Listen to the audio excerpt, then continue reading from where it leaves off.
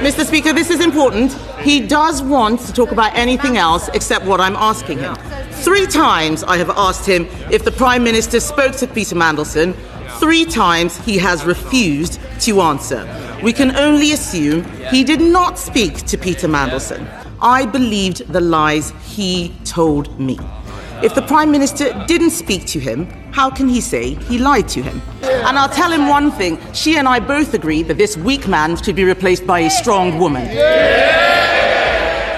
Keir Starmer completely freaked out as PMQs descended into chaos, and Kemi Badenoch shredded him with brutal precision. Every dodge, every excuse, every flailing question from Starmer only made him look weak and exposed. This was a relentless public humiliation, a full-on meltdown that left him scrambling while Badenoch commanded the chamber. Mr. Speaker, I know he doesn't want to talk about the documents he tried to bury last week. He's going to try and talk about anything else, but he's not going to get away with it. I asked him a question he did not answer. We know the Prime Minister was warned about the risk of appointing Peter Mandelson. This is not about the process. He knew that Mandelson stayed in Epstein's house after Epstein had been convicted for child prostitution. He knew that, so I will ask him again. Did he speak to Peter Mandelson about this before the appointment, yes or no?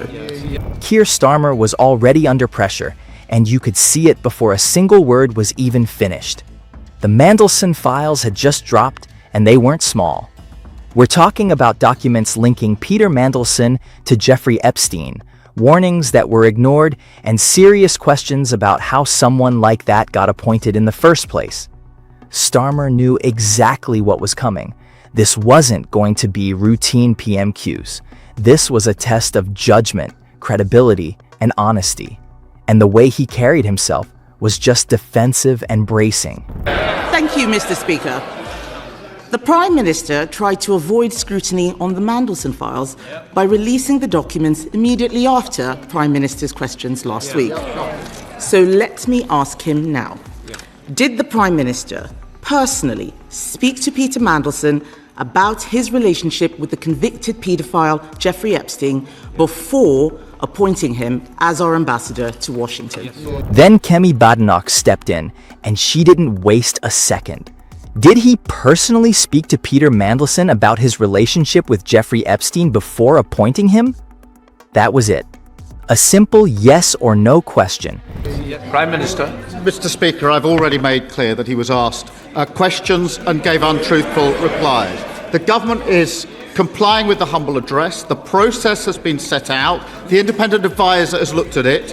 And he said, quote, the relevant process for a political appointee was followed. And this is where things started to fall apart. Because instead of answering, Starmer dodged. Straight away. He didn't say yes. He didn't say no. He started talking about process, apologized in general terms, mentioned that mistakes were made, brought up the independent advisor, claimed systems were being improved. It sounded like an answer, but it wasn't. Well, what about her judgment? She wanted to rush into a war with Iran without thinking it through. At the weekend, Mr. Speaker, three weeks in, she said, oh, there isn't a clear plan behind the US strikes in Iran. That's the question she should have asked at the start.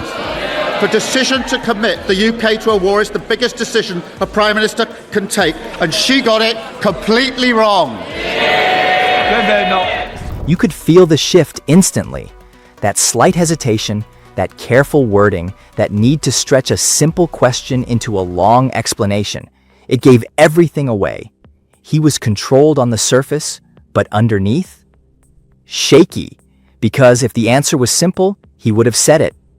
But he didn't. I didn't hear an answer, Mr. Speaker, and he's right, it is about his judgment. He has repeatedly told us that Peter Mandelson lied to him, but he won't tell us if he actually picked up the phone and spoke to Mandelson before appointing him. This doesn't make any sense. And Badenoch caught it immediately. No delay, no hesitation. She came right back in and said it clearly, you didn't answer the question. And then she raised the stakes. This wasn't just about some procedural error or a paperwork issue. She pointed out that Starmer knew Mandelson had stayed at Epstein's house after his conviction. That's not a minor detail. That's not something you miss. That's a judgment call. and then she asked it again. Same question, even clearer this time. Did you speak to him? Yes or no? She should denounce his comments and she should sack him. Now, the pressure really kicked in, because this wasn't going away. The chamber knew it. The public watching knew it. This was the moment where he either answers or gets exposed. And what does Starmer do? He dodges again. No direct answer. Instead, he shifts the focus. Says Mandelson gave untruthful replies. Now, Tommy Robinson isn't some sort of moral signpost. He was pointing out how much their party has changed. They're more inclined to his views, and he's right about that. The fact that he's sitting on her front bench shows she's too weak and has got absolutely no judgment. And then comes the distraction. Out of nowhere, he pivots to attacking Badenoch, starts bringing up her comments on Iran, questioning her judgment, trying to flip the narrative. It's a classic move. When you can't answer the question, change the subject. But here's the problem. It was too obvious. There is still a lot to ask about the Mandelson files. There's still a lot to ask. The Prime Minister knew that Mandelson had kept up a relationship with Jeffrey Epstein. The documents released also show he'd been warned about appointing Mandelson. He claims he was lied to. Mandelson had twice been fired for dishonesty. So why did the Prime Minister believe Peter Mandelson? Because everyone watching could see what was happening.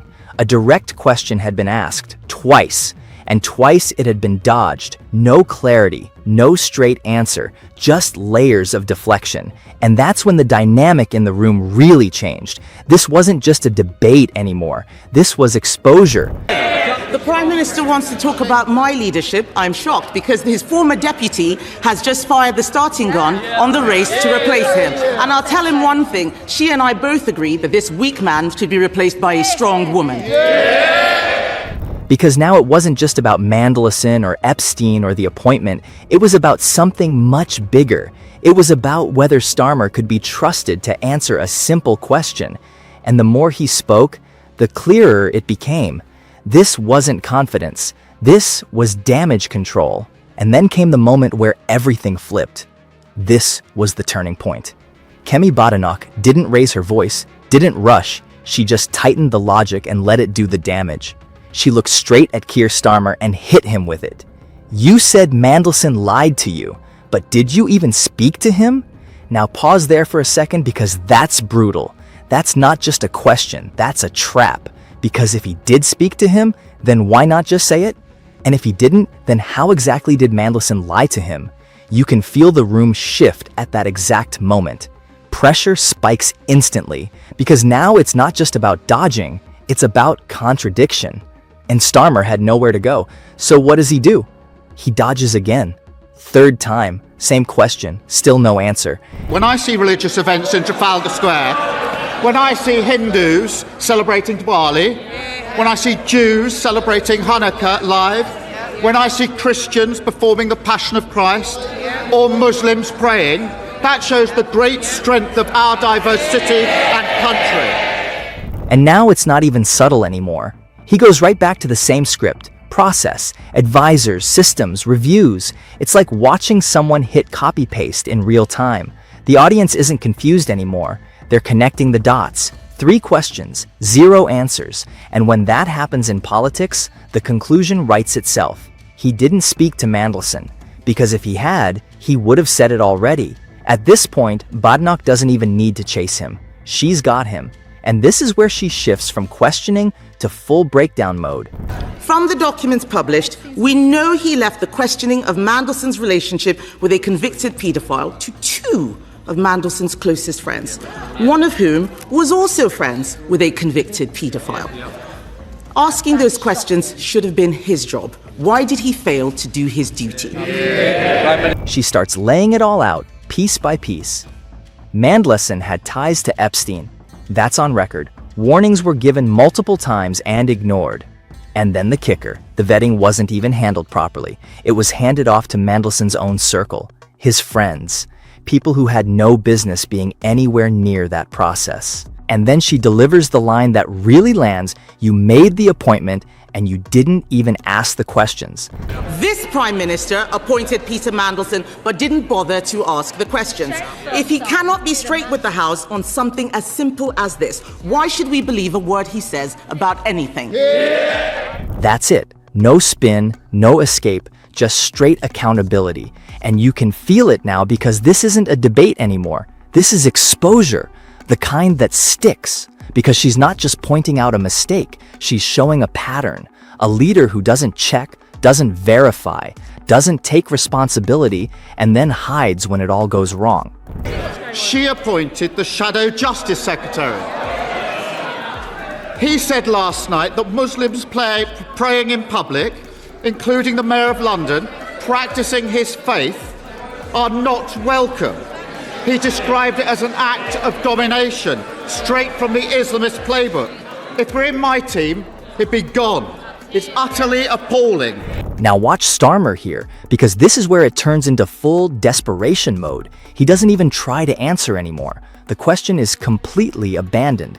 Instead, he starts throwing out anything he can grab: Islamophobia accusations, attacks on opposition figures, dragging in completely unrelated names like Tommy Robinson. And you're sitting there thinking, how did we get here? But that's the point. This isn't confusion, it's escape. When you can't answer the question, you change the conversation. Loudly, repeatedly. Hope something sticks, but it doesn't. Because everyone knows why he's doing it. And Badenoch? She doesn't get distracted. She brings it right back to leadership. And this is where she finishes it. He wants to talk about justice secretaries. His justice secretary is abolishing jury trials. My shadow justice secretary is defending British values. I know who I would rather have sitting on the front bench next to me, and it's not him. She makes it clear, this isn't just about one appointment. This is about how Starmer operates. He outsources decisions, leaves critical questions to other people, and when things fall apart, he blames the process, the staff, the system, everyone except himself. It's a shame he's not responsible for the answers either. The Prime Minister wants us to believe that he is a serious leader, but he doesn't do the work. He outsources the decisions, and when things go wrong, he blames the vetting, he blames the Chief of Staff, he blames the Cabinet Secretary, he blames anyone but himself. And that's the real damage. Because now the story is simple, painfully simple. She asked a clear question 3 times. He dodged it 3 times, and then he ran away from it completely. That's not a mistake, that's a pattern. And once that narrative locks in, it's game over. Because credibility doesn't collapse in one big moment. It collapses in small, repeated failures like this. And this was all of them happening live, back to back. So now you're left with one question. If he can't answer something this basic, this direct, under this much scrutiny, what else is he not telling you?